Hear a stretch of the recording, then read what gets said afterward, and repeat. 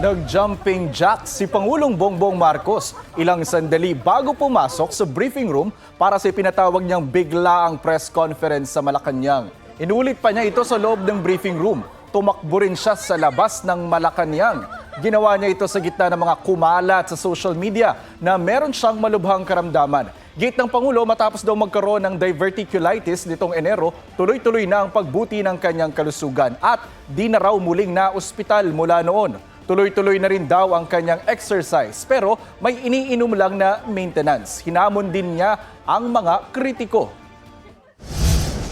And I challenge anyone who are saying that I am sick, that they come and exercise with me. We will see who is stronger. Puro sinungaling ng mga yan. Kaya't lahat ng sasabihin ng mga yan, kasinungalingan. Kaya't huwag niyo nang paniwalaan kung sino man yung mga yun. Now you know who the liars are and who is telling the truth.